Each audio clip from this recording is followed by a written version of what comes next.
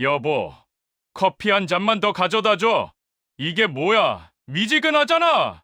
2024년 11월 어느 추운 아침, 서울 강남구 대치동 50평 아파트 거실에서 박순자 65세는 남편 최진수 67세의 날카로운 목소리에 또다시 주방으로 향했습니다. 결혼 35년 그녀의 하루는 언제나 이렇게 시작되었습니다. 빨리 안 가져와? 내가 회사 늦으면 어쩌려고. 순자는 커피잔을 든 손이 미세하게 떨렸습니다. 새벽 5시 30분에 일어나 아침 준비를 하고 남편의 양복을 다리고 구두를 닦았지만 늘 뭔가 부족하다는 소리만 들었습니다. 그녀는 한때 이화여대를 졸업하고 대기업 비서로 일하던 당당한 커리어우먼이었습니다. 하지만 결혼과 동시에 모든 것을 포기했습니다. 아, 정말 이것도 제대로 못해? 진수는 커피를 한 모금 마시더니 인상을 찌푸리며 테이블에 쾅 소리를 내며 컵을 내려놓았습니다. 순자의 어깨가 움츠러들었습니다. 35년 동안 반복된 이 장면에 그녀는 이미 감정이 무뎌져 있었습니다. 미안해요. 다시 끓여올게요. 됐어. 시간 없어. 그냥 이거라도 마시고 가야지. 진수는 투덜거리며 커피를 들이켰습니다. 그는 중견 건설회사의 전무이사로 겉으로 보기엔 성공한 남편이었습니다. 하지만 집에서의 그는 폭군이었습니다. 소리를 지르거나 물건을 집어던지는 일은 없었지만 차갑고 날카로운 말들로 순자의 마음에 상처를 냈습니다. 오늘 저녁은 8시까지 준비해놔. 부장님들 모시고 집에서 저녁 먹기로 했어. 네, 오늘이요? 미리 말씀해 주셨으면. 뭐, 그게 불만이야? 당신이 할 일이 뭐가 있다고? 하루 종일 집에서 놀면서. 순자는 더 이상 아무 말도 하지 않았습니다. 35년 동안 그녀가 배운 것은 침묵이었습니다. 진수는 양복 재킷을 걸치고 현관문을 나섰습니다. 쾅 소리와 함께 문이 닫혔고 넓은 아파트에는 순자 혼자만 남았습니다. 거실 소파에 주저앉은 순자는 깊은 한숨을 내쉬었습니다. 벽에 걸린 가족 사진들이 눈에 들어왔습니다. 결혼식 사진 속 젊은 그녀는 환하게 웃고 있었습니다. 하지만 지금 거울 속의 그녀는 65세보다 훨씬 늙어 보였습니다. 주름진 얼굴, 힘없는 눈빛, 구부정한 어깨. 내가 왜 이렇게 살고 있을까? 순자는 자신도 모르게 중얼거렸습니다. 두 아들은 모두 독립해서 외국에 살고 있었습니다. 큰아들 민준이는 미국 뉴욕에서 변호사로, 둘째 민호는 캐나다 토론토에서 의사로 일하고 있었습니다. 자랑스러운 아들들이었지만 그들과의 연락은 한 달에 한두 번 정도였습니다. 핸드폰을 들여다보던 순자는 며칠 전 큰아들이 보낸 메시지를 다시 읽었습니다. 엄마, 명절에 한국 못 갈 것 같아. 케이스가 너무 바빠서. 미안해. 순자는 괜찮아. 바쁜 거 알아. 건강 챙기고라고 답장했지만 사실 마음은 너무 아팠습니다. 아들들에게 자신의 힘든 상황을 말한 적은 한 번도 없었습니다. 훌륭하게 키운 자식들에게 짐이 되고 싶지 않았습니다. 오전 시간을 설거지와 청소로 보낸 순자는 오후 2시쯤 동네 마트로 장을 보러 나갔습니다. 저녁 식사 준비를 위해 최고급 한우 600지에 18만 원, 전복 10마리에 12만 원, 각종 채소와 과일까지 총 35만 원어치를 샀습니다. 모두 남편 카드로 결제했지만 그녀 자신을 위한 것은 아무것도 없었습니다.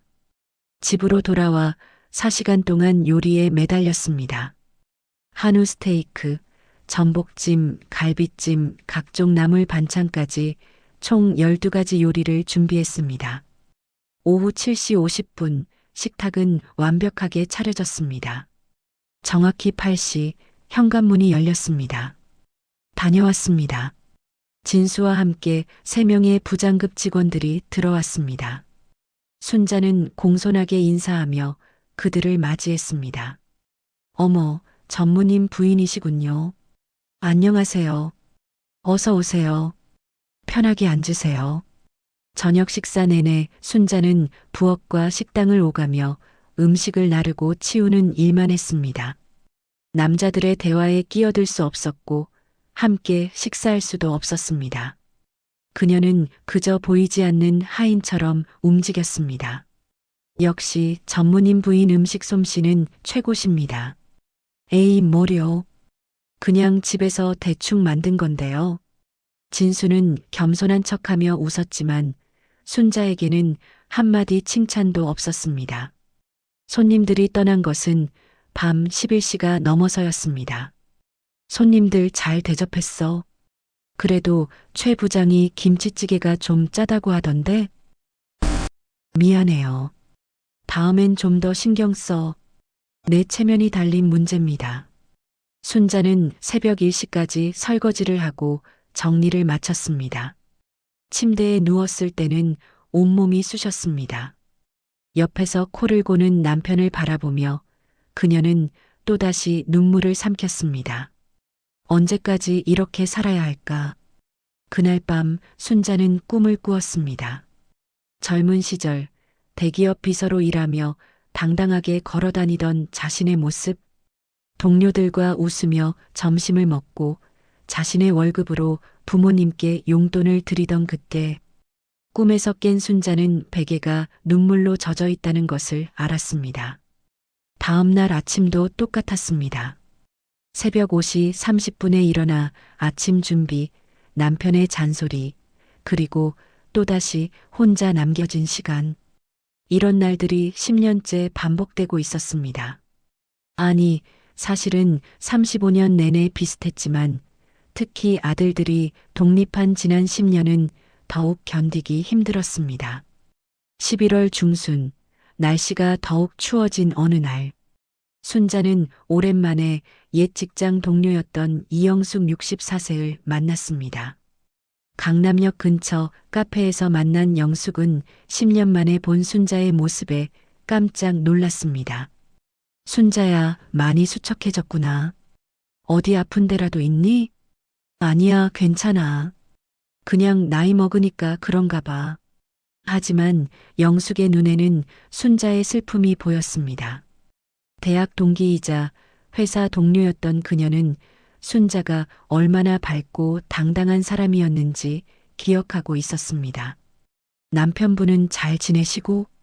그 질문에 순자는 잠시 멈칫했습니다. 35년 동안 한 번도 남편에 대해 불평한 적이 없었습니다. 하지만 그날따라 가슴속에 쌓여있던 무언가가 터질 것 같았습니다. 영수가, 순자의 눈에 눈물이 고였습니다. 영숙은 그녀의 손을 꽉 잡았습니다.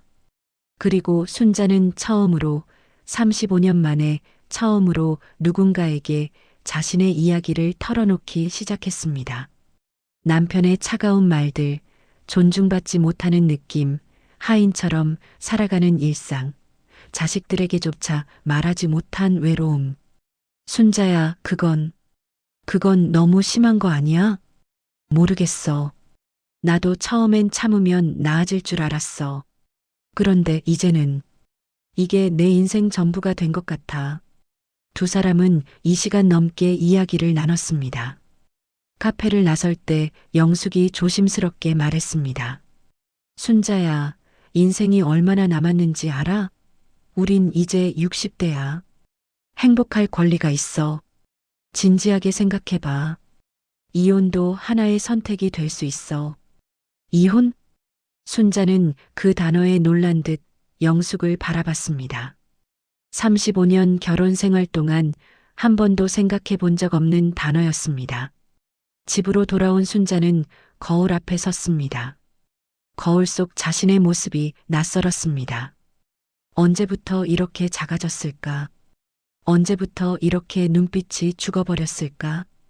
그날 밤 순자는 잠을 이룰 수 없었습니다.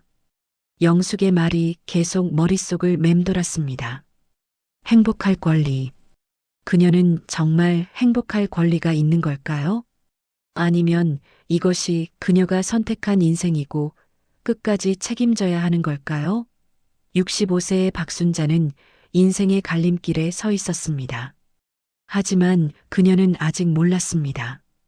앞으로 펼쳐질 놀라운 진실과 반전을. 영숙과의 만남 이후 순자의 마음속에는 작은 변화가 일어나기 시작했습니다. 여전히 새벽 5시 30분에 일어나 남편을 챙겼지만 예전과는 다른 감정이 들었습니다.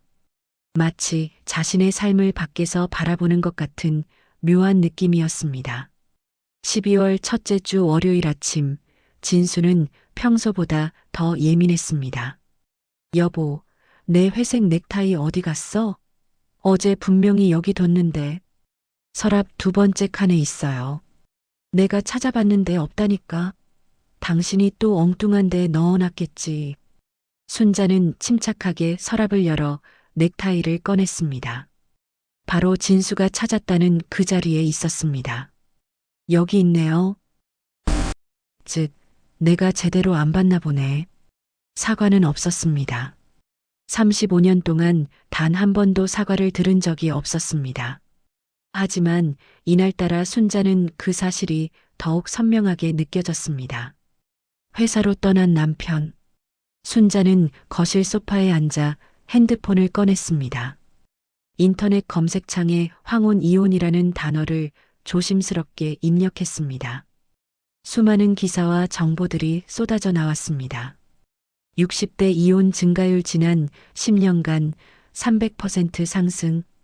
황혼 이혼, 더 이상 부끄러운 일이 아니다. 노년의 행복을 위한 선택. 순자는 1시간 넘게 관련 기사들을 읽었습니다. 자신과 비슷한 상황의 여성들이 이렇게나 많다는 사실에 놀랐습니다. 그리고 이혼 후 새로운 삶을 찾아 행복하게 살고 있다는 이야기들도 있었습니다. 하지만 나는 할 수 있을까? 순자는 자신이 없었습니다. 35년을 의지하며 살아온 결혼 생활. 경제적으로도 전적으로 남편에게 의존하고 있었습니다. 그녀 명의의 재산은 하나도 없었습니다. 통장도 카드도 모두 남편 것이었습니다. 12월 둘째 주 순자에게 작은 사건이 발생했습니다. 오랜만에 친정 동생 순이 60세가 전화를 걸어왔습니다. 언니, 다음 주 토요일에 우리 집에서 조카 생일 파티 하는데 올 수 있어? 응, 그래야지. 민지가 벌써 25이구나. 언니, 형부도 같이 와. 오랜만에 가족들이 다 모이잖아. 순자는 남편에게 조심스럽게 말했습니다. 여보, 다음 주 토요일에 우리 민지 생일 파티가 있는데. 토요일? 안 돼. 그날 골프 약속 있어. 그래도 친척 모임인데 한 번만. 당신이 나가. 나는 바빠. 형부님도 오시라고 하던데요. 진수는 짜증스럽게 신문을 덮었습니다. 당신 동생네가 뭐가 그리 중요해? 그냥 축의금이나 보내. 50만 원 정도면 되겠지? 그게 아니라 오랜만에 가족들이. 시끄러워. 내가 싫다잖아. 당신 혼자 가라고. 순자는 더 이상 말하지 않았습니다. 하지만 가슴 한쪽이 무너지는 것 같았습니다. 결혼 후 35년 동안 친정 식구들과의 모임에 남편이 참석한 적은 거의 없었습니다. 반면 시댁 행사는 하나도 빠짐없이 참석해야 했습니다. 토요일이 되었습니다. 순자는 혼자 동생네 집으로 향했습니다. 부산 해운대에 있는 동생 집까지 KTX를 타고 3시간이 걸렸습니다. 동생 집에 도착하자 조카 민지를 비롯해 친척들이 반갑게 맞아주었습니다. 고모, 오랜만이에요. 그래, 우리 민지 이렇게 예뻐졌네. 생일 축하해. 고모부는요? 순자는 애써 웃으며 대답했습니다. 아, 회사 일이 있어서 못 왔어. 하지만 동생 순이는 언니의 표정에서 무언가를 눈치챘습니다. 저녁 식사 후 두 자매는 베란다에서 단둘이 이야기를 나눴습니다. 언니, 형부가 또 안 온 거지? 응, 바쁘다고. 언니, 솔직히 말해봐. 행복해? 그 질문에 순자는 대답할 수 없었습니다. 눈물이 먼저 흘러내렸습니다. 언니, 순이가 언니를 꼭 안았습니다. 순자는 동생의 품에서 한참을 울었습니다. 60년 넘게 살아오면서 이렇게 울어본 적이 없었습니다. 언니, 이혼 생각해 본 적 없어? 순이도 영숙과 같은 말을 했습니다. 순자는 고개를 저었습니다. 어떻게 35년을 함께 살았는데 35년을 잘못 살았으면 나머지 인생은 제대로 살아야지. 언니, 이제 65세야. 앞으로 20년, 30년을 더 이렇게 살 거야? 그날 밤 순자는 동생네 집에서 잤습니다. 잠들기 전 동생의 말이 계속 머릿속을 맴돌았습니다. 나머지 인생은 제대로 살아야지. 서울로 돌아온 다음 날 순자는 용기를 내어 남편에게 말했습니다. 여보, 우리 이야기 좀 할 수 있을까요? 무슨 이야기? 우리 앞으로 어떻게 살아갈 건지. 진수는 황당하다는 듯이 웃었습니다. 갑자기 무슨 소리야? 지금까지처럼 살면 되지. 전 행복하지 않아요. 순자는 35년 만에 처음으로 자신의 감정을 표현했습니다. 진수의 얼굴이 굳어졌습니다. 뭐, 행복하지 않다고? 당신이 뭐가 불만인데? 먹을 것, 입을 것 다 있고, 이렇게 좋은 집에서 사는데? 전 당신의 하인이 아니에요. 저도 존중받고 싶어요. 존중? 웃기고 있네. 당신이 뭘 했는데 존중을 받아? 집에서 밥이나 하고 청소나 하는 게 전부잖아. 순자의 가슴이 철렁 내려앉았습니다. 진수의 눈에는 자신이 그렇게밖에 보이지 않는다는 사실이 너무나 명확했습니다. 35년 동안 당신 뒷바라지하고 아이들 키우고 시부모님 모시고 그게 아무것도 아니었나요? 그건 아내로서 당연히 해야 할 일이잖아. 나도 돈 벌어다 줬고 서로 할 일 한 거지. 저는 더 이상 이렇게 못 살겠어요. 순자는 떨리는 목소리로 말했습니다. 진수는 비웃듯이 말했습니다. 그래서 뭘 어쩌겠다는 거야? 설마 이혼하자는 건 아니겠지? 순자의 침묵이 답이었습니다. 진수의 얼굴이 붉어졌습니다. 미쳤어? 65세에 이혼? 당신 나가서 뭐 할 건데? 돈도 없고 직장도 없는데? 웃기지 마. 그래도 됐어. 나 바빠. 이런 쓸데없는 소리 하지 말고 저녁이나 준비해. 진수는 대화를 일방적으로 끝내고 서재로 들어가 버렸습니다. 순자는 거실에 홀로 남겨졌습니다. 온몸이 떨렸습니다. 분노인지 슬픔인지 억울함인지 알 수 없는 감정이 폭발할 것 같았습니다. 그날 밤 순자는 결심했습니다. 더 이상 이렇게 살 수 없다고. 진수가 잠든 후 그녀는 조용히 노트북을 켰습니다. 인터넷에서 이혼 전문 변호사를 검색했습니다. 12월 셋째 주 순자는 남편 몰래 법률 상담소를 찾아갔습니다. 50대 중반의 여성 변호사 김혜진이 그녀를 맞이했습니다. 어떻게 오셨나요? 순자는 떨리는 목소리로 자신의 이야기를 시작했습니다.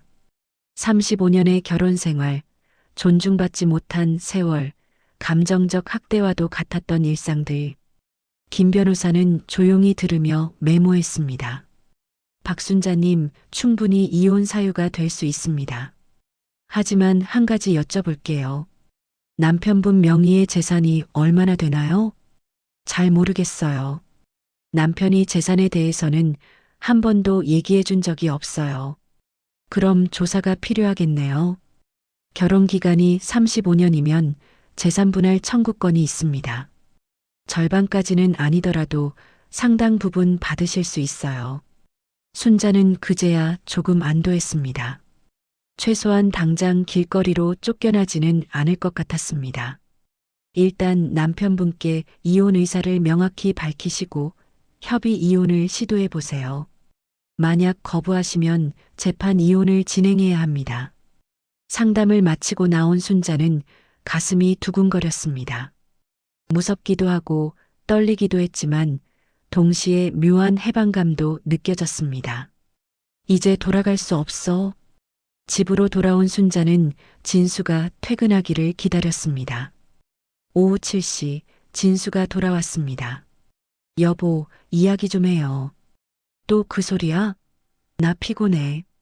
중요한 얘기예요. 꼭 들어주세요. 순자의 단호한 목소리에 진수는 마지못해 소파에 앉았습니다. 뭔데? 저 이혼하고 싶어요. 진수는 순간 말을 잃었습니다. 농담인 줄 알았던 지난번과 달리 순자의 눈빛이 진지했습니다. 정신 차려. 65세에 무슨 이혼이야? 전 진지해요. 더 이상 이렇게 못 살겠어요. 이유가 뭔데? 내가 때린 적 있어? 바람 핀 적 있어? 돈 안 준 적 있어? 당신은 절 사람으로 대하지 않았어요. 35년 동안 한 번도 존중받은 적이 없어요. 진수는 비웃었습니다. 존중? 그게 이혼 사유가 돼? 법원에 가봐. 누가 받아주나? 받아줄 거예요. 변호사님도 그러셨어요. 뭐, 변호사까지 만났어? 진수의 얼굴이 일그러졌습니다. 분노와 당황이 섞인 표정이었습니다. 당신 미쳤어. 정말로. 좋아, 이혼하고 싶으면 해. 하지만 한 푼도 못 가져가. 알겠어? 재산분할 청구할 거예요. 하, 웃기네. 내가 번 돈인데 왜 당신한테 줘야 해? 35년 동안 제가 당신 뒷바라지한 것도 기여분이에요. 순자는 변호사에게 배운 대로 말했습니다. 진수는 화가 나서 벌떡 일어섰습니다. 좋아, 그렇게 하자고. 이혼하자. 하지만 후회하지 마. 당신 나이에 어디 가서 뭘 하려고 그래? 그날 밤부터 두 사람은 한마디도 나누지 않았습니다. 진수는 서재에서, 순자는 안방에서 따로 잤습니다. 35년 결혼 생활이 무너지는 소리가 들리는 것 같았습니다. 하지만 순자는 알지 못했습니다.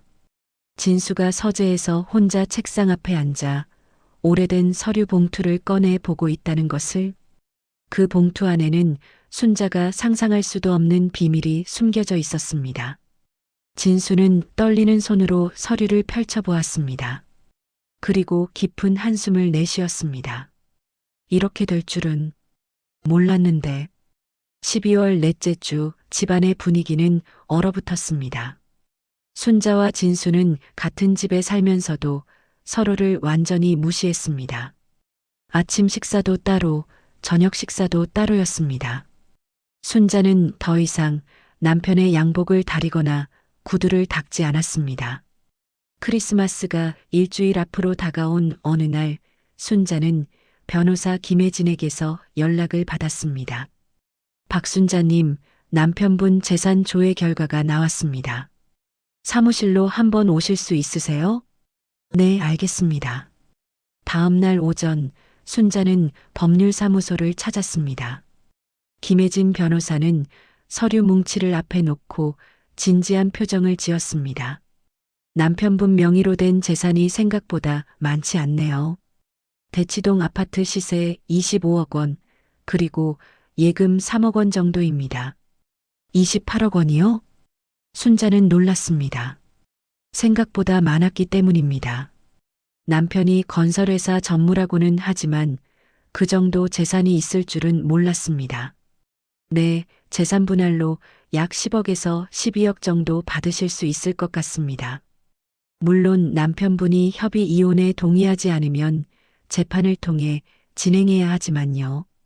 그 정도면 혼자 살아가는데 충분하겠네요. 순자는 조금 안심했습니다. 최소한 경제적으로 독립할 수 있다는 희망이 보였습니다. 집으로 돌아온 순자는 진수에게 정식으로 이혼 협의를 요청하기로 했습니다. 그날 저녁 진수가 퇴근했을 때 순자는 거실 테이블에 서류를 펼쳐놓고 기다리고 있었습니다. 뭐야, 이게? 이혼 협의서예요. 여기 사인해 주세요. 진수는 서류를 집어들더니 찢어버렸습니다. 미친 짓 하지 마. 나는 이혼 안 해. 왜요? 당신도 나랑 사는 게 행복하지 않잖아요. 그건 내가 결정할 일이야. 체면이 있지. 내 나이에 이혼한다고 하면 사람들이 뭐라고 하겠어. 체면? 35년 동안 당신은 제 감정은 한 번도 생각 안 하고 체면만 생각했어요. 순자의 목소리가 높아졌습니다. 35년 만에 처음으로 남편에게 소리를 질렀습니다. 당신 지금 미쳤어? 갑자기 왜 이래? 전 정상이에요. 오히려 지금까지 비정상적으로 살았던 거예요. 두 사람의 언쟁은 1시간 넘게 이어졌습니다. 결국 진수는 화가 나서 집을 나가버렸습니다. 순자는 주저앉아 울었습니다. 힘들었지만 동시에 시원했습니다. 35년 동안 참았던 것들을 드디어 토해낸 것 같았습니다. 다음 날 순자는 큰아들 민준에게 전화를 걸었습니다. 더 이상 숨길 수 없었습니다. 엄마, 무슨 일이야? 이 시간에 전화하다니. 민준아, 엄마가 할 말이 있어. 순자는 떨리는 목소리로 이혼 이야기를 꺼냈습니다. 전화기 너머로 긴 침묵이 흘렀습니다. 엄마, 무슨 소리야? 갑자기 왜? 갑자기가 아니야. 엄마는 오랫동안 힘들었어. 그래도 이혼은 너무 심한 거 아니야? 아빠도 나름 가족을 위해. 민준아, 넌 몰라. 엄마가 얼마나. 엄마, 나 지금 정말 바빠. 중요한 재판 준비 중이야. 나중에 다시 전화할게. 뚝. 전화가 끊겼습니다. 순자는 망연자실했습니다. 아들조차 자신의 편이 되어주지 않았습니다. 둘째 민호에게도 전화했지만 반응은 비슷했습니다. 엄마, 진지하게 생각해봐. 이 나이에 이혼하면 엄마만 힘들어. 자식들마저 이해해주지 않았습니다. 순자는 세상에 혼자 남겨진 것 같았습니다. 크리스마스 이브, 순자는 혼자 교회에 갔습니다. 35년 동안 다녔던 교회였습니다. 예배를 마치고 나오는데 같은 구역 권사님들이 순자를 불렀습니다. 순자 권사님, 오늘 남편분은 안 오셨어요? 아, 네. 바쁘다고. 요즘 부부 사이가 안 좋다는 소문 들었는데 사실이에요? 순자는 당황했습니다. 벌써 소문이 났습니다. 작은 교회 공동체에서는 소문이 빠르게 퍼졌습니다. 이혼까지 생각한다면서요? 권사님, 그러시면 안 돼요. 결혼은 하나님이 맺어주신 거예요. 그래도 참고 사세요.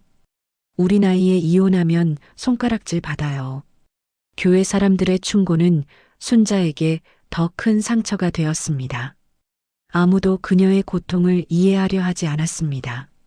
모두가 체면과 남의 시선만 걱정했습니다. 집으로 돌아온 순자는 완전히 지쳐 있었습니다. 진수는 서재에 틀어박혀 나오지 않았습니다. 크리스마스 트리도 케이크도 아무것도 없는 집. 35년 만에 가장 쓸쓸한 크리스마스였습니다. 12월 28일 순자는 변호사 김혜진으로부터 긴급 연락을 받았습니다. 박순자님, 큰일 났어요. 남편분이 재산을 빼돌리고 있어요. 네, 무슨 말씀이세요? 대치동 아파트를 급하게 매물로 내놨어요. 그리고 예금도 다른 곳으로 이동시키는 중이에요. 아마 이혼 전에 재산을 숨기려는 것 같아요. 순자는 머리가 멍했습니다. 진수가 그럴 줄은 상상도 못했습니다. 어떻게 해야 하죠? 일단 가처분 신청을 해야 해요. 재산 처분 금지 명령을 받아야 합니다.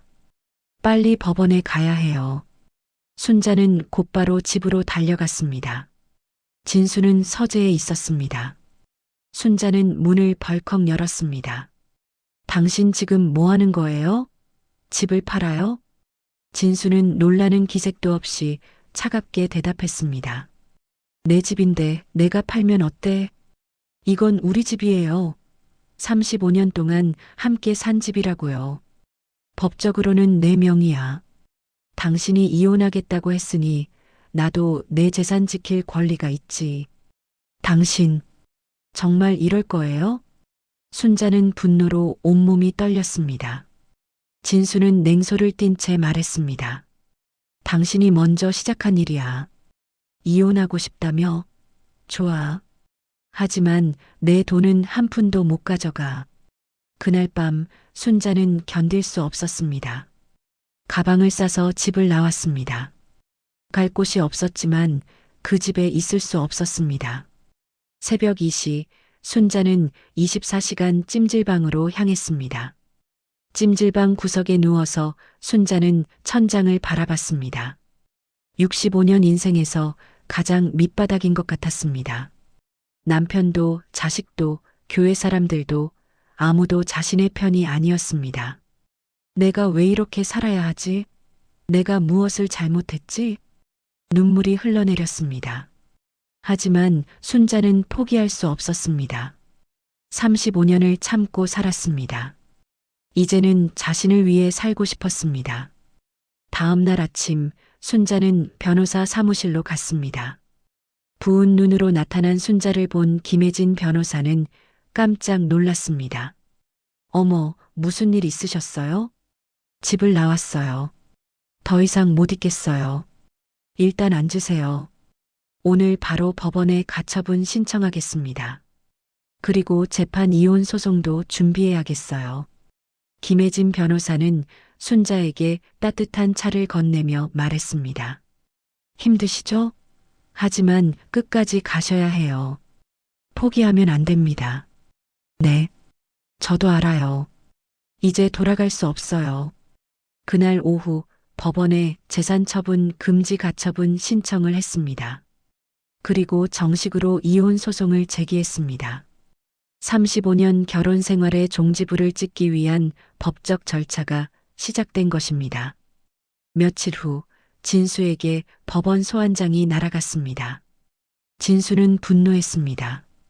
그는 곧바로 순자의 핸드폰으로 전화를 걸었습니다. 당신 정말 끝까지 가려고? 후회하지 마. 전 이미 35년을 후회하며 살았어요. 더 이상 후회하고 싶지 않아요. 순자는 차분하게 대답하고 전화를 끊었습니다. 그녀는 변했습니다. 더 이상 눈물 흘리는 약한 여자가 아니었습니다. 12월 31일 한 해의 마지막 날. 순자는 친구 영숙의 집에 머물고 있었습니다. 자정이 가까워지자 영숙이 말했습니다. 순자야, 새해에는 분명 좋은 일 있을 거야. 고마워, 영숙아. 내가 아니었으면 어쩔 뻔했어. 두 사람은 함께 새해를 맞이했습니다. 2025년 1월 1일 순자의 새로운 인생이 시작되는 날이었습니다. 하지만 순자는 몰랐습니다. 진수가 서재 금고에 숨겨둔 서류. 그 서류에는 순자가 상상조차 할 수 없는 엄청난 비밀이 적혀 있었습니다. 그리고 그 비밀은 곧 모든 것을 바꿔놓을 것이었습니다. 법원의 첫 조정 기일은 1월 15일로 잡혔습니다. 35년 결혼 생활의 진실이 드러나는 날이 점점 가까워지고 있었습니다. 2025년 1월 15일 서울가정법원. 순자는 떨리는 마음으로 법정에 들어섰습니다. 김혜진 변호사가 옆에서 그녀의 어깨를 다독였습니다. 긴장하지 마세요. 오늘은 조정 기일이니까 편하게 말씀하시면 돼요. 법정 반대편에는 진수가 자신의 변호사와 함께 앉아 있었습니다. 35년을 함께 산 부부가 법정에서 마주 앉아 있는 모습은 너무나 낯설고 슬펐습니다. 조정위원이 입을 열었습니다. 최진수 씨, 박순자 씨, 두 분 다 이혼 의사가 확고하신가요? 순자가 먼저 대답했습니다. 네, 저는 이혼하고 싶습니다. 진수는 잠시 망설이다가 말했습니다. 저는 이혼을 원하지 않습니다. 순자는 놀라서 진수를 바라봤습니다. 그토록 차갑게 대하더니 이제 와서 이혼을 원하지 않는다니. 최진수 씨, 그럼 부부관계를 회복할 의사가 있으신 건가요? 그건 아닙니다만 이혼은 너무 극단적인 선택이라고 생각합니다. 조정위원이 서류를 살펴보며 말했습니다. 재산관계를 보니 대치동 아파트 25억 원, 예금 3억 원 정도네요. 박순자 씨는 재산 분할을 원하시는 거죠? 네, 35년 결혼 생활 동안 제 기여분도 있다고 생각합니다. 진수의 변호사가 끼어들었습니다. 재산은 모두 최진수 씨가 근로소득으로 형성한 것입니다. 박순자 씨의 기여분은 미미하다고 봅니다. 미미하다고요? 순자의 목소리가 떨렸습니다. 35년 동안 집안일을 하고 아이들을 키우고 시부모님을 모신 게 미미한 기여인가요? 조정은 2시간 넘게 이어졌지만 합의점을 찾지 못했습니다. 결국 재판으로 넘어가게 되었습니다. 법정을 나서는데 진수가 순자를 불렀습니다. 순자야. 35년 만에 처음 듣는 부드러운 목소리였습니다. 순자는 멈춰섰습니다. 그냥 돌아오면 안 될까? 뭐라고요? 내가 잘못했어. 돌아와. 다시 시작하자. 순자는 믿을 수 없었습니다. 진수가 사과를 하다니 35년 만에 처음이었습니다. 진심이에요? 그래, 진심이야. 당신 없으니까 힘들어. 순자의 마음이 흔들렸습니다. 하지만 김혜진 변호사가 그녀의 팔을 잡았습니다. 박순자님, 속지 마세요. 지금은 재판 중입니다. 순자는 고개를 저었습니다. 늦었어요. 이미 늦었어요. 그리고 그녀는 돌아서서 걸어갔습니다. 뒤에서 진수의 한숨소리가 들렸습니다. 1월 말 순자는 동생 순이의 부산 집에 머물고 있었습니다. 서울을 떠나 조용히 지내며 마음을 추스르고 있었습니다. 그러던 어느 날 큰아들 민준에게서 전화가 왔습니다. 엄마, 나 지금 서울이야. 아빠 만나고 왔어. 그래. 아빠가 뭐라고 하시더니? 엄마, 아빠가 많이 힘들어 하시더라. 엄마한테 정말 미안하대. 그리고 엄마 아빠가 나한테 보여준 게 있어. 그걸 보고 나서 나도 놀랐어. 뭔데? 전화로는 말하기 힘들어. 엄마, 부산으로 내려갈게. 내일 오후에 만날 수 있어?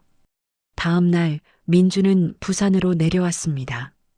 동생 순이의 집 거실에서 순자와 민준이 마주 앉았습니다. 민준의 표정이 심각했습니다. 엄마, 이거 봐. 민준은 가방에서 오래된 서류 봉투를 꺼냈습니다. 순자는 떨리는 손으로 봉투를 열었습니다. 안에는 여러 장의 문서가 들어 있었습니다. 첫 번째 서류는 토지 등기부등본이었습니다. 경기도 판교, 강남, 용산 등 서울 주요 지역의 땅 15필지. 순자는 눈을 의심했습니다. 이게 뭐야? 아빠 명의의 토지야. 총시가 약 800억 원 정도 돼. 800억? 순자는 숨이 막혔습니다. 민주는 계속해서 서류를 꺼냈습니다. 그리고 이건 주식이야. 삼성전자, 네이버, 카카오 등 우량주. 약 300억 원어치. 어떻게? 더 있어, 엄마. 민주는 또 다른 서류를 꺼냈습니다. 건물 등기부등본이었습니다. 강남의 상가 건물 3개동. 시가 총 400억 원. 그리고 순자는 더 이상 말을 들을 수 없었습니다. 머리가 멍했습니다. 28억 원이 전부인 줄 알았는데 실제로는 1,500억 원이 넘는 재산이었던 것입니다. 아빠가 이걸 다 숨기고 있었던 거야? 아니야, 엄마. 그게 아니야. 민주는 마지막 서류를 꺼냈습니다. 그것은 유언장이었습니다.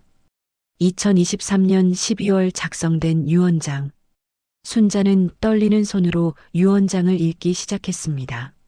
나 최진수는 정신이 온전한 상태에서 이 유언장을 작성한다. 내가 소유한 모든 재산은 아내 박순자에게 상속한다. 토지, 건물, 주식, 예금 등 모든 것을 아내에게 남긴다. 아들들에게는 각각 50억 원씩 상속하고 나머지 모든 재산은 아내의 것이다. 나는 35년 동안 아내를 제대로 대하지 못했다. 사랑한다는 말도 고맙다는 말도 제대로 하지 못했다. 아내는 나의 사업 동반자였다. 내가 일에만 몰두할 수 있었던 것은 아내가 모든 것을 뒷받침해 주었기 때문이다. 젊었을 때 시작한 작은 건설회사가 성공할 수 있었던 것도 힘든 시기를 견딜 수 있었던 것도 모두 아내 덕분이었다. 하지만 나는 그 고마움을 표현하지 못했다. 아니, 표현하지 않았다. 나는 아내를 사랑했지만 사랑하는 방법을 몰랐다. 이 재산은 아내가 받아야 마땅하다. 아내의 35년 헌신에 대한 보답이다. 아들들아, 엄마를 잘 모셔라. 엄마는 세상에서 가장 훌륭한 분이다. 순자의 손에서 유언장이 떨어졌습니다. 눈물이 폭포처럼 쏟아져 내렸습니다. 엄마, 민준도 울고 있었습니다. 아빠가 왜 이혼을 반대했는지 알겠어? 아빠는 엄마를 사랑했던 거야. 단지 표현을 못했을 뿐이야. 그럼 재산을 숨긴 것도? 아빠가 말씀하시길 이혼하면 법적으로 반만 나눠야 하잖아. 그런데 아빠는 엄마가 전부 가지길 원했대. 그래서 일부러 28억만 드러내고 나머지는 이혼 후에 엄마한테 다 주려고 했대. 순자는 믿을 수가 없었습니다. 하지만 그 사람은 날 그렇게 차갑게 대했어. 35년 동안. 민주는 고개를 숙였습니다. 아빠가 그러시더라. 아버지한테 배운 게 그것밖에 없었대. 할아버지도 할머니한테 그렇게 대했대. 사랑하면서도 차갑게 대하는 게 남자의 위험이라고 배웠대. 그게 무슨, 아빠도 잘못된 거 알아. 근데 이미 습관이 되어버린 거야. 35년 동안. 그리고 이제 와서 어떻게 변해야 할지 모르는 거야. 순자는 얼굴을 감쌌습니다. 35년 세월이 주마등처럼 스쳐 지나갔습니다. 차가운 말투 뒤에 숨겨진 서툰 사랑, 표현하지 못한 감사, 말하지 못한 미안함. 그리고 엄마, 이것도 봐. 민주는 또 다른 서류를 꺼냈습니다. 병원 진단서였습니다. 순자는 서류를 받아들었습니다. 환자명 최진수, 진단명 췌장암 사기, 예후 6개월 1년. 날짜는 2024년 11월 15일. 순자가 이혼을 처음 꺼낸 바로 그 시기였습니다. 아빠가, 암이야? 응. 아빠는 엄마한테 말 안 하려고 했어. 엄마가 동정심으로 남아있는 걸 원하지 않았대. 순자는 온몸이 무너지는 것 같았습니다. 진수가 마지막으로 준비한 것은 이혼이 아니라 순자가 홀로 잘 살 수 있도록 모든 재산을 정리하는 것이었습니다. 아빠가 그러시더라. 자기가 죽고 나면 엄마가 이혼 없이도 모든 재산을 받을 수 있다고. 그런데 엄마가 이혼하겠다고 하니까 아빠는 그게 오히려 다행이라고 생각했대. 엄마가 자유롭게 새 인생을 살 수 있으니까. 그럼 차갑게 대한 것도 엄마가 미련 없이 떠날 수 있게 하려고 일부러 더 차갑게 대했대. 자기한테 정이 남아있으면 이혼 후에도 힘들까봐. 순자는 더 이상 참을 수 없었습니다. 35년의 오해, 35년의 서툰 사랑, 35년의 숨겨진 진심. 모든 것이 한꺼번에 쏟아져 내렸습니다. 내가 몰랐어. 나는 정말 몰랐어. 민준이 어머니를 꼭 안았습니다. 엄마, 아직 늦지 않았어. 아빠한테 돌아가. 순자는 고개를 들었습니다. 눈물로 범벅이 된 얼굴이었지만 그녀의 눈빛은 결연했습니다. 그래, 돌아가야지. 지금 당장. 그날 밤 순자는 부산에서 서울로 향하는 KTX에 올랐습니다. 민준도 함께였습니다. 기차 안에서 순자는 계속 눈물을 흘렸습니다. 후회와 미안함, 그리고 뒤늦게 깨닫는 사랑. 여보, 당신도 나만큼 힘들었구나. 당신도 사랑하는 방법을 몰라서 힘들었구나. 서울역에 도착한 것은 밤 11시였습니다. 택시를 타고 대치동 아파트로 향했습니다. 순자의 가슴은 터질 듯이 뛰었습니다. 아파트 앞에 도착했습니다. 순자는 떨리는 손으로 현관 비밀번호를 눌렀습니다. 문이 열렸습니다. 집안은 어두웠습니다. 여보, 여보. 순자는 불을 켰습니다. 거실에는 아무도 없었습니다. 안방으로 달려갔습니다. 진수가 침대에 누워 있었습니다. 순자는 그의 옆에 무릎을 꿇었습니다. 여보, 나야. 내가 왔어. 진수가 천천히 눈을 떴습니다. 순자를 보는 그의 눈에 눈물이 고였습니다. 순자야, 미안해요. 내가 몰랐어요. 당신 마음을 몰랐어요. 아니야. 내가 미안해. 35년 동안 제대로 사랑한다고 말 한 번 못했어. 두 사람은 35년 만에 처음으로 서로를 꼭 안았습니다. 그리고 함께 울었습니다. 오해와 서툼이 만들어낸 35년의 세월. 하지만 그 속에는 변함없는 사랑이 있었습니다. 다음 날 아침 순자는 진수 곁에서 잠에서 깼습니다. 35년 만에 처음으로 남편의 손을 꼭 잡고 잔 밤이었습니다. 진수도 눈을 뜨고 있었습니다. 잘 잤어? 응. 오랜만에 편하게 잤어. 순자는 남편의 수척해진 얼굴을 쓰다듬었습니다. 3개월 만에 본 진수는 10kg은 빠진 것 같았습니다.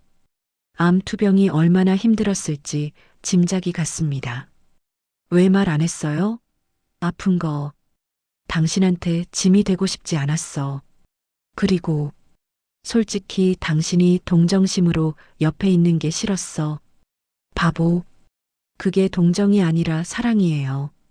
진수의 눈에서 눈물이 흘러내렸습니다. 미안해. 정말 미안해. 35년 동안 사랑한다는 말 한 번 제대로 못해서 이제부터라도 하면 돼요. 우리 아직 시간 있어요. 순자는 밝게 웃으며 말했지만 마음 한편에서는 아팠습니다. 췌장암 사기. 의사는 6개월에서 1년이라고 했습니다. 하지만 순자는 포기하지 않기로 했습니다. 1월 말 순자는 법원에 이혼 소송 취하서를 제출했습니다. 김혜진 변호사가 물었습니다. 정말 괜찮으세요? 후회 없으시겠어요? 네, 이게 맞는 것 같아요. 이제야 남편의 진심을 알았어요. 남편분 병환 때문에 힘드실 텐데 제가 도와드릴 일 있으면 언제든 연락하세요. 고마워요, 변호사님. 변호사님 덕분에 제가 용기를 낼 수 있었어요. 순자는 집으로 돌아와 본격적으로 진수를 간병하기 시작했습니다. 하지만 예전처럼 의무감으로 하는 것이 아니었습니다. 사랑으로 하는 것이었습니다. 여보, 이거 드세요. 항암 치료받으면 입맛이 없을 텐데 죽이라도 좀 드셔야죠. 고마워. 정말 고마워. 진수는 매번 고맙다고 미안하다고 말했습니다. 35년 동안 한 번도 하지 않던 말을 이제는 하루에도 수십 번씩 했습니다. 2월 초 진수는 순자를 불렀습니다. 순자야, 나랑 변호사 사무실 좀 가자. 왜요? 유언장 수정하려고. 변호사 사무실에서 진수는 새로운 유언장을 작성했습니다. 그리고 순자에게도 보여주었습니다. 당신이 모든 걸 알았으니까 이제 숨길 필요 없잖아. 내전 재산 1,500억 원. 이 중에서 아들들에게 각각 100억 원씩 주고 나머지 1,300억 원은 당신 거야. 여보, 이렇게까지 안 해도. 아니야. 이건 당연한 거야. 35년 동안 당신이 나를 지탱해줬어. 이 재산은 우리 둘이 함께 만든 거야. 순자는 눈물을 흘렸습니다. 진수가 그녀의 손을 꼭 잡았습니다. 그리고 당신이 이 돈으로 하고 싶은 거 다 해. 여행도 가고 친구들도 만나고 하고 싶었던 일 다 해. 당신이랑 함께 할 거예요. 우리 함께 하고 싶은 거 해요. 진수는 고개를 끄덕였습니다. 그래. 함께. 남은 시간 동안 함께 하자. 2월 중순 두 아들이 한국으로 왔습니다. 민주는 뉴욕에서, 민호는 토론토에서 날아왔습니다. 오랜만에 온 가족이 한자리에 모였습니다. 저녁 식사를 준비하는 순자를 보며 민준이 말했습니다. 엄마, 제가 도와드릴게요. 아니야, 괜찮아. 엄마가 할게. 엄마, 이제는 저희도 도와드릴 수 있어요. 엄마 혼자 다 하실 필요 없어요. 민호도 주방으로 들어왔습니다. 맞아요, 엄마. 저도 도와드릴게요. 세 식구가 함께 요리를 했습니다. 거실에서는 진수가 그 모습을 흐뭇하게 바라보고 있었습니다. 순자는 행복했습니다. 이런 평범한 순간이 이렇게 소중한 줄 몰랐습니다. 식사 중에 진수가 아들들에게 말했습니다. 민준아, 민호야. 아빠가 할 말이 있다. 네, 아빠. 너희들 앞에서 엄마한테 제대로 사과하고 싶어? 35년 동안 엄마를 제대로 대접하지 못했어. 사랑한다는 말도 고맙다는 말도 제대로 못했어. 진수의 목소리가 떨렸습니다. 엄마는 이 세상에서 가장 훌륭한 분이야. 너희들을 이렇게 훌륭하게 키운 것도, 아빠가 일에만 집중할 수 있었던 것도 모두 엄마 덕분이야. 아빠, 너희들 엄마 잘 모셔야 한다. 알았지? 네, 아빠. 그럴게요. 두 아들도 울고 있었습니다. 순자도 눈물을 흘렸습니다. 하지만 이번에는 슬픈 눈물이 아니라 따뜻한 눈물이었습니다. 3월이 되었습니다. 진수의 상태는 점점 나빠지고 있었습니다. 항암 치료를 받았지만 효과는 미미했습니다. 의사는 호스피스 병동을 권했지만 진수는 집에서 순자와 함께 있기를 원했습니다. 여보, 우리 제주도 갈까요? 순자가 조심스럽게 물었습니다. 제주도? 응. 우리 신혼여행 갔었잖아요. 35년 전에. 진수는 미소 지었습니다. 그래. 그때가 좋았지. 다시 가요. 우리 둘이. 3월 중순 순자와 진수는 제주도로 떠났습니다. 의사는 만류했지만 진수는 마지막 여행을 원했습니다. 아들들도 함께 가려고 했지만 진수가 말했습니다. 너희 엄마랑 단둘이 가고 싶다. 35년 만에 처음으로 단둘이 여행 가는 거야. 제주도의 따뜻한 봄 햇살 아래 두 사람은 손을 잡고 걸었습니다. 성산 일출봉, 섭지코지, 한라산. 35년 전 신혼여행 때 갔던 곳들을 다시 찾았습니다. 여보, 기억나요? 여기서 우리 사진 찍었잖아요. 그럼 기억하지. 당신 그때 너무 예뻤어. 지금은요? 지금도 예뻐. 아니, 더 예뻐. 순자는 웃었습니다. 진수도 웃었습니다. 두 사람은 35년 전처럼 사진을 찍었습니다. 하지만 이번에는 서로를 꼭 안고 찍었습니다. 바닷가에 앉아서 진수가 말했습니다. 순자야, 고마워. 뭐가요? 내 인생에 와줘서, 35년 동안 내 옆에 있어줘서, 나야말로 고마워요. 비록 힘들었지만, 당신과 함께한 35년이 의미 있었어요. 사랑해. 진수는 처음으로 명확하게 말했습니다. 순자는 남편을 꼭 안았습니다. 나도 사랑해요. 35년 전에도 지금도 앞으로도 제주도에서 3박 4일을 보내고 서울로 돌아왔습니다.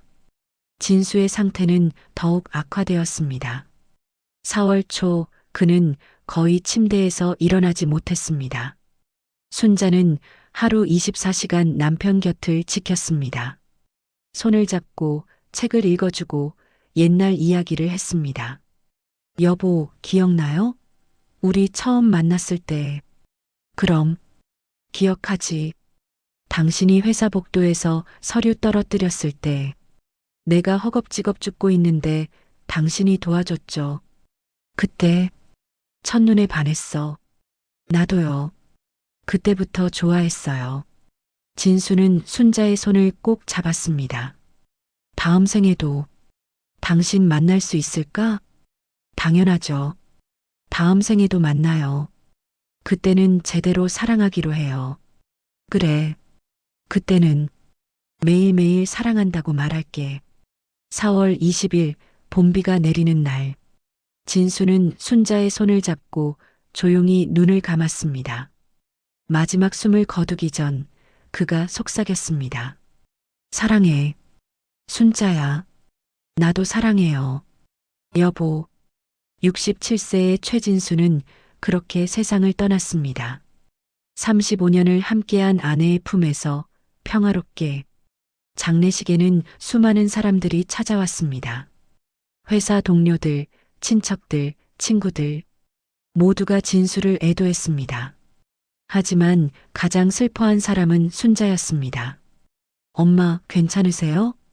응, 괜찮아. 아빠는 편안하게 가셨어.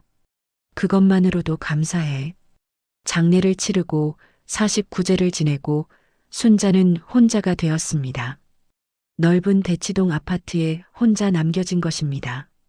3년 후 2028년 봄 68세가 된 박순자는 지금 강남구 신사동에 있는 작은 카페를 운영하고 있습니다. 카페 이름은 순자의 봄입니다. 진수가 남긴 1,300억 원의 유산 중 대부분은 재단을 만들어 어려운 노인들을 돕는 데 사용하고 있습니다. 최진수 박순자 사랑나눔재단은 독거노인 지원, 노년층 일자리 창출, 황혼이혼 여성 자립 지원 등의 사업을 하고 있습니다. 순자는 카페를 운영하며 소소하지만 행복한 일상을 살고 있습니다. 오래된 친구 영숙, 동생 순이와 자주 만나고 한 달에 한 번씩은 아들들이 손주들을 데리고 한국을 방문합니다. 오늘도 카페 문이 열리고 손님이 들어옵니다. 어서 오세요. 순자는 밝은 미소로 손님을 맞이합니다. 카페 한쪽 벽에는 진수와 함께 찍은 제주도 사진이 걸려 있습니다. 서로를 꼭 안고 환하게 웃는 두 사람. 저녁이 되어 카페 문을 닫고 순자는 그 사진 앞에 섭니다. 여보, 오늘도 잘 보냈어요. 당신이 남긴 사랑으로 많은 사람들을 돕고 있어요. 순자는 미소 지으며 사진 속 진수를 바라봅니다. 처음에는 이혼하고 싶을 만큼 힘들었지만 이제는 알아요. 당신도 나만큼 서툴렀고 나만큼 사랑했다는 걸. 35년이 결코 헛되지 않았어요. 그 시간이 있었기에 우리가 진짜 사랑을 깨달을 수 있었으니까요. 순자는 사진에 입을 맞춥니다. 다음 생에 만나요. 그때는 처음부터 잘하기로 해요. 밖에서는 봄비가 내리고 있습니다. 새 생명이 움트는 봄비. 순자는 창밖을 바라보며 조용히 미소 짓습니다. 68세. 인생의 봄은 이제부터입니다. 에필로그. 5년 후인 2033년 최진수 박순자 사랑나눔재단은 대한민국에서 가장 큰 노인 복지재단이 되었습니다. 73세의 박순자는 여전히 재단 이사장으로 활동하며 황혼 이혼을 고민하는 부부들을 위한 상담센터도 운영하고 있습니다. 이혼이 답이 아닐 수도 있어요. 하지만 진짜 대화는 필요해요. 서로의 마음을 솔직하게 나누는 것. 그게 가장 중요해요. 순자는 자신의 경험을 바탕으로 많은 부부들에게 희망을 주고 있습니다. 어떤 부부는 대화를 통해 관계를 회복했고, 어떤 부부는 원만하게 이혼하여 각자의 길을 찾았습니다. 인생은 언제든 다시 시작할 수 있어요. 60대든 70대든 80대든. 중요한 건 용기예요. 순자의 이야기는 쿠 다큐멘터리로 제작되어 많은 시니어들에게 감동을 주었습니다. 그녀는 이제 단순히 최진수의 아내가 아니라 자기 이름으로 당당히 살아가는 박순자입니다. 매년 4월 20일 진수의 기일. 순자는 제주도를 찾습니다. 그리고 바닷가에서 혼자 조용히 남편을 추억합니다. 여보, 잘 지내고 있어요? 나는 잘 지내요. 당신 덕분에 이렇게 의미 있는 일들을 하며 살고 있어요. 처음에는 당신이 날 노예처럼 대했다고 생각했어요. 하지만 이제는 알아요. 당신도 사랑하는 법을 배우는 중이었다는 걸. 35년, 그리고 마지막 4개월. 그 시간이 우리에게 진짜 사랑이 뭔지 가르쳐 줬어요. 고마워요, 여보. 다음 생에 또 만나요. 바람이 불어옵니다. 따뜻한 봄바람. 순자는 눈을 감고 그 바람을 느낍니다. 그 바람 속에서 진수의 목소리가 들리는 것 같습니다. 사랑해, 순자야. 순자는 미소 지으며 속삭입니다. 나도 사랑해요. 끝 마이너스. 교훈. 사랑은 말로 표현되어야 합니다. 마음속으로만 사랑한다고 해서 상대방이 알 수는 없습니다. 부부는 서로 존중해야 합니다. 오랜 세월 함께했다고 해서 당연하게 여겨서는 안 됩니다. 인생은 언제든 다시 시작할 수 있습니다. 나이는 숫자일 뿐, 행복할 권리는 누구에게나 있습니다. 진짜 사랑은 완벽함이 아니라 서로의 부족함을 이해하고 채워주는 것입니다. 늦었다고 생각할 때가 가장 빠른 때입니다. 지금이라도 사랑한다고 말하세요.